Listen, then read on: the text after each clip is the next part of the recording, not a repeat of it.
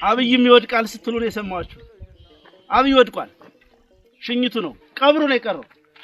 አብይ ወደቀው ወደ ንጹህ አማራ የተኮሰ ቀን ነው። አብይ አህመድ የወደቀው አጨብጭበን ረጃጅም ሰንደቅ ዓላማዎች ዘርግተን በለውጥ ተስፋ ውስጥ ነን በደስታ የደገፈውን የአማራን ህዝብ የካደ ቀን። አብይ የወደቀው ሀገር የገነባውን የአማራ ህዝብ ጠመንጃ አልባ አርጌ ጉልበት አልባ አርጌ ትጥቅ አስወርጄ ቀበቶን ፈትቼ ባሪያ አረጋለሁ ብሎ ያሰበቀ የወደቀው። አብይ የወደቀው መላው ኢትዮጵያን በጦርነት አዙሪት ውስጥ ለማስገባት የወሰነ ቀን። አብይ የወደቀው በህግ ሳይሆን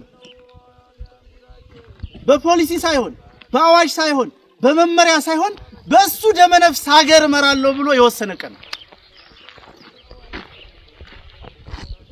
አብይ አህመድ የወደቀው የኢትዮጵያን ብሔራዊ ጥቅም እንዲያስከብር የተደራጀውን መለዮ ለባሽ የሀገሪቱን መከላከያ ሰራዊት የራሱን ህዝብ እንዲወጋ ስምሪት የሰጠ ቀን። አብይ አህመድ የወደቀው የተባበሩት አረብ ኤምሬትስ ድሮኖችን ተውሶ በኢትዮጵያውያን ላይ የተኮሰ ቀን። አብይ የወደቀው መናንያንን ገዳማውያንን አርሶ አደሮችን እናቶችን በእርሻ ማሳቸው በገዳማት በአብያተ ክርስቲያናት በገበያ በተለያየ ቦታ በመደበኛ እንቅስቃሴያቸው ላይ እያሉ በድሮን እንዲመቱ ትዕዛዝ የሰጠ ቀን ነው።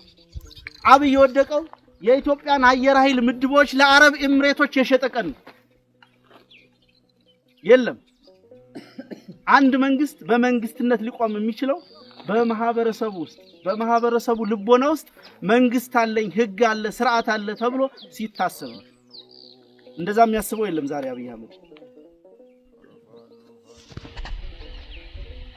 በእያንዳንዱ አእምሮ ውስጥ አብይ አህመድ ሲታሰብ የሚመጣው ከፋፋይነት፣ አረመኔነት፣ አሸባሪነት፣ ነጣጣይነት ነው። ከሰሞኑ እንኳን የሚናገራቸው ነገሮች አይታችሁ እንደሆነ አማራው አንድ ኃይልና የፖለቲካ ማዕከል እንዳይኖረው፣ አማራው ከሌላው ህዝብ ጋር እንዲጋጭ፣ ትግሬው ከአማራው ጋር አንድ እንዳይሆን፣ ኦሮሞ ከአማራው ጋር አንድ እንዳይሆን ሲሰራ ሲናገር ሲያቅድ ነው የምታዩት። የቀረው ሽኝቱ ነው።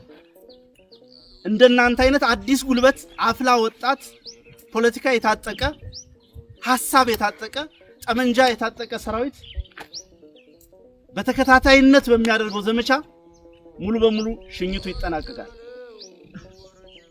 በጣም እድለኞች ናችሁ በነገራችን ላይ በጣም የተማረከ መሳሪያ ታጥቃችሁ ልትዋጉ ነው የተሰለፋችሁ። እናንተ እዚህ ስልጣና ያያላችሁ የናንተ ጓዶች ከጠላት ድሽቃ ብሬን ክላሽ ማርከዋል። ትላንት ከትላንት ወዲያ የቆየ ታሪክ አይደለም።